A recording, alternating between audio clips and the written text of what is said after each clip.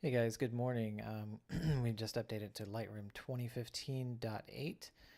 We've got a great new feature in there that I'd like to go over today and also talk about one gotcha that got me. So let's go ahead and go right in. I've loaded my catalog. We've got some photos here. I did a family shoot the other day, nice young family. So let's go ahead and look at that. So we're in the traditional view. We can edit, and if we take this, up and down, we can see our edits are being made live. One thing that's interesting is you can always go back to the beginning of the photo, so the import, just by hitting backslash, and you can see this is what the import looks like and this is what the edit looked like.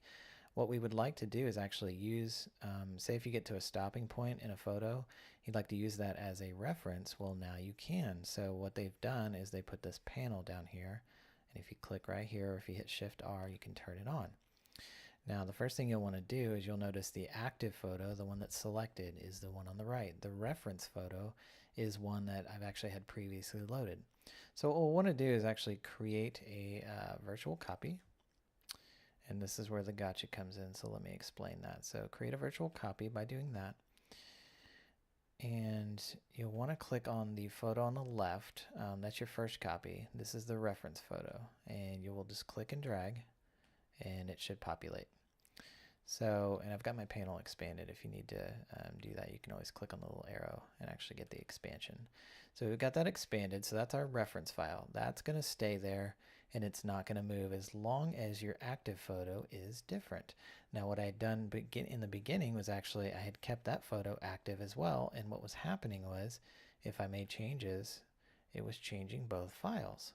So you can see both left and right, I decreased the contrast. Well, I don't want to do that. I want to actually see what's happening on the left side is staying static, and what's happening on the right side, the active side, I want that to stay. I want that to change. So now that we've clicked on the active photo, that's our virtual copy, and we're actually going to do some edits. So if we want to increase contrast on the photo, you'll see that the contrast changes, and you can see the difference now. You can zoom into this photo and see the differences between the two. And then you can make your changes locally as well. So if we turn that, we boosted that down, I wouldn't have that much contrast, but you can see what it does to the face, or you can move it around and just kind of see what it's doing to the boy. And we'll do some blacks and do some edits there.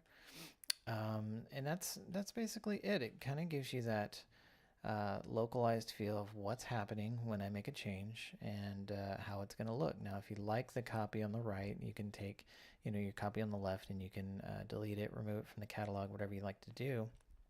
Or you can use both if you're doing a second edit on an image and you want to post both of them and you want to keep them, so the reference would tell you, here's where it's at, and the active would tell you, here's what we're doing to it. So that's pretty much it for this update. I just kind of want to go over that feature and make sure they understand that which one is the reference file, which one's the active file.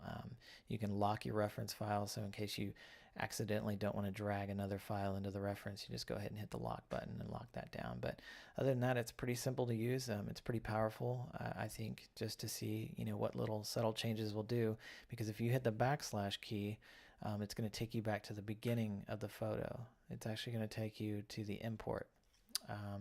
What you want to do instead is actually just use that reference. And stepping back in the history also gets you kind of what reference was doing. However, if you have the history panel hidden and you want to work like this, a little more expanded view, this reference and view is going to be fantastic for you. So hope you enjoyed this video. Hope you have a great Friday and the rest of your weekend, and we'll see you back in the editing room soon.